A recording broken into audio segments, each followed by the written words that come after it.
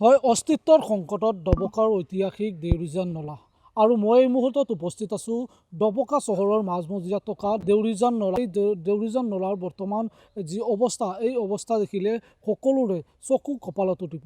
বিভিন্ন সমস্যাৰ সন্মুখীন হৈ আছে ইয়াৰে যি ডবকা চহৰবাসী ৰাইজ। আৰু মই সহযোগীক দৃশ্য দেখুৱাবলৈ অনুৰোধ কৰিছোঁ। আচলতে এয়া হৈছে ডবকা চহৰৰ মাজমজিয়াত থকা দেউৰিজান নলা। আৰু বৰ্তমান দেখিবলৈ পোৱা গৈছে যে এই যি দেউৰিজান নলা বৰ্তমান এক কদৰ্যময় পৰিৱেশে বিৰাজ কৰিছে। ইয়াৰে যিসকল লোক আছে, যিসকল ৱাৰ্ডৰ যিসকল ৰাইজ আছে, তেওঁলোকে বহুবাৰ পৌৰসভাৰ কৰ্তৃপক্ষক অভিযোগ দিছিল যে এই দেউৰিজান নলাটোৰ বিষয়ে তেওঁলোকে ব্যৱস্থা ল'ব লাগে। কিন্তু পৌৰসভাৰ হেমাহিৰ বাবে আচলতে এনেদৰে বৰ্তমানলৈকে দেখিবলৈ পোৱা গৈছে যে এই কদৰ্যময় অৱস্থাতে আছে। কিয়নো এই যি নলাৰ একমাত্ৰ আছিল বহু পুৰণি নলা, আৰু এই নলাৰ জৰিয়তে বহু লোকে ঘৰৰ খোৱা বোৱাৰ ক্ষেত্ৰত যি তেওঁলোকে এই নলাৰ পানীৰে তেওঁলোকে পানীসমূহ উঠাই তেওঁলোকে জীৱন নিৰ্বাহ কৰিছিল। আৰু বৰ্তমান দেখিবলৈ পোৱা গৈছে যে এই নলাৰ যি বিভিন্ন স্থানত এনেদৰে কদৰ্যময় পৰিৱেশে বিৰাজ কৰিছে। স্থানীয় যিসকল ৱাৰ্ড সদস্য আছে বা পৌৰসভাৰ কৰ্তৃপক্ষ আছে, তেওঁলোকক বহুবাৰ অভিযোগ দাখিল কৰিছিল যে এই যি অঞ্চলটো ৰাইজে তেওঁলোকৰ এই পৌৰসভাৰ কৰ্তৃপক্ষই কাণ সাৰ দিয়া নাই।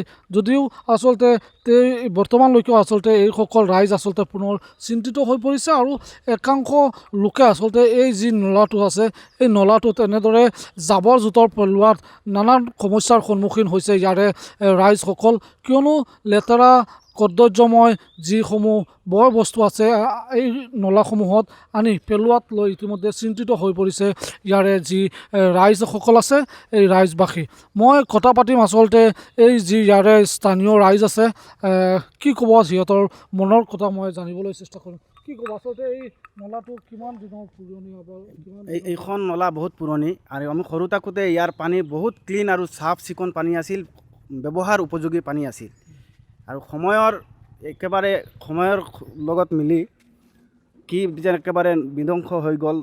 জাবৰ জোঁথৰে আৱৰ্জনাই ভৰি পৰিল। দেউৰিজান এখন ঐতিহাসিক নদী আছিল, আৰু নদীখন চাফ চিকুণ কৰিবলৈ কৰ্তৃপক্ষক আমাৰ বিনম্ৰ আহ্বান।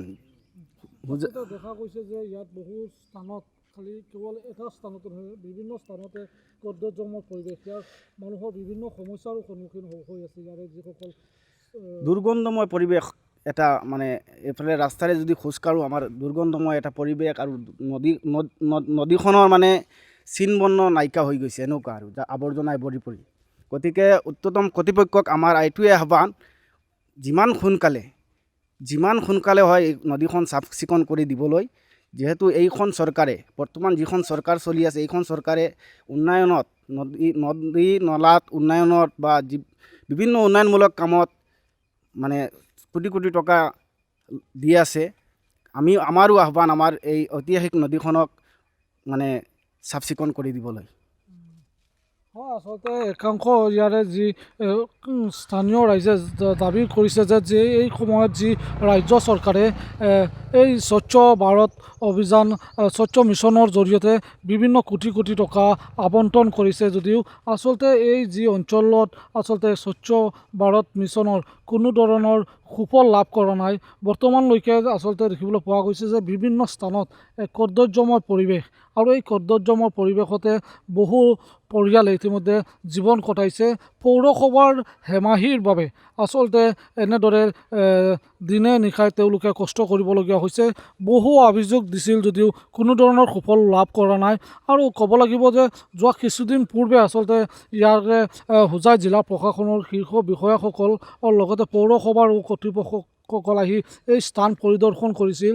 আৰু এই স্থান পৰিদৰ্শন কৰাৰ পিছতো আচলতে কোনো ধৰণৰ বৰ্তমানলৈকে সুফল লাভ কৰা নাই, আৰু যাৰ বাবে আচলতে বিভিন্ন সমস্যাৰ সন্মুখীন হৈ আছে। আৰু ক'ব লাগিব যে এই যি ডবকাৰ দেউৰিজান নলাৰ বিভিন্ন স্থানত এনেদৰে কদৰ্যময় পৰিৱেশ, আৰু আমাৰ এই যি অঞ্চল আছে এই অঞ্চলৰ বহু ৰাইজে বহু অভিযোগো উত্থাপন কৰিছে যে তেওঁলোকৰ কেৱল এই স্থানতে নহয় বিভিন্ন স্থানতে বহু লোকে এনেদৰে জাবৰ জোঁথৰ পেলোৱাত ইয়াৰে যি দুৰ্গন্ধময় পৰিৱেশ আছে তেওঁলোকৰ ঘৰ দুৱাৰত সোমায় আৰু বিভিন্ন অসুখৰো তেওঁলোকে সন্মুখীন হয়। মই আৰু একাংশ লোক আছে কথা পাতিম। কি ক'ব খুৰা, আচলতে এই যি সমস্যাটো কিমান দিনৰ পৰা আছে? বহুত দিনৰ মূৰৰ পৰা চলি আছে এইটো চাফাটো কৰে। বানপানী আহিলে বৰষুণ দিলে পানী আহে, আকৌ পানী কমি যায়, আকৌ লেতেৰা জাম হৈ যায়। পানী আহিলেতো ইমান লেতেৰাটো নাযায় আৰু থাকিয়ে যায়। পৌৰসভাৰ মানুহে কাম নকৰে নেকি? কৰাটো কৰে। পানী আহিলে অলপ মেটেকা চেটেকা এইবিলাক পানীৰ লগত সিহঁতে গুচাই দিয়ে। পাছত পানী শুকাই গ'লে আকৌ হেৰি হৈ যায়, এই আৱৰ্জনা পেলাই আকৌ জাম হৈ যায়। যিহেতু দেখা গৈছে যে চৰকাৰে চাফ চিকুণৰ ক্ষেত্ৰত বহু কৰাটো কৰে, কৰিলে কি হ'ব, আকৌ যে মানুহে যে আৱৰ্জনা পেলাই কাৰণে আকৌ জাম হৈ যায়। এই বাৰিষাৰ সময় পানী আহিলে অলপ লেতেৰা চেতেৰা যায়গৈ, আকৌ কেইদিনমান পিছত পানী শুকাই গ'লে আকৌ জাম হৈ যায়। এতিয়া চৰকাৰ বা যি পৌৰসভাৰ কৰ্তৃপক্ষক কি আহ্বান জনায়?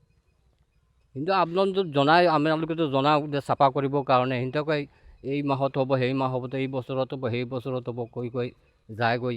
পানী আহিলে অলপ চাফা চিকুণ কৰি দিয়ে, পাছত আকৌ জাম হৈ যায়। হয়, এয়া আছিল আচলতে স্থানীয় ৰাইজ। আচলতে তেওঁলোকে এটা কথা কৈছে যে বিভাগীয় লোকক পৌৰসভাৰ লগতে প্ৰশাসনক তেওঁলোকে বাৰম্বাৰ দাবী জনাইছে যদিও কোনো ধৰণৰ সুফল লাভ কৰা নাই। আৰু তেওঁলোকে এটাই আহ্বান জনাইছে যে অতি শীঘ্ৰে এই যি ঐতিহাসিক দেউৰিজান নলা আছে এই দেউৰিজান নলাটো চাফ চিকুণ কৰি পুনৰ আগৰ দৰে যেনেকৈ এই দেউৰিজান নলাটো আছিল সেয়া বৰ্তমান উপযোগী কৰি তোলাৰ বাবে তেওঁলোকে আহ্বান জনাইছে। আচলতে আমাৰ এই বাতৰিৰ পিছত ডবকা পৌৰসভাৰ লগতে ইয়াৰে যি জিলা প্ৰশাসন আছে এই জিলা প্ৰশাসনে কেনেদৰে ব্যৱস্থা গ্ৰহণ কৰে সেয়া সময়তে হ'ব লক্ষণীয়।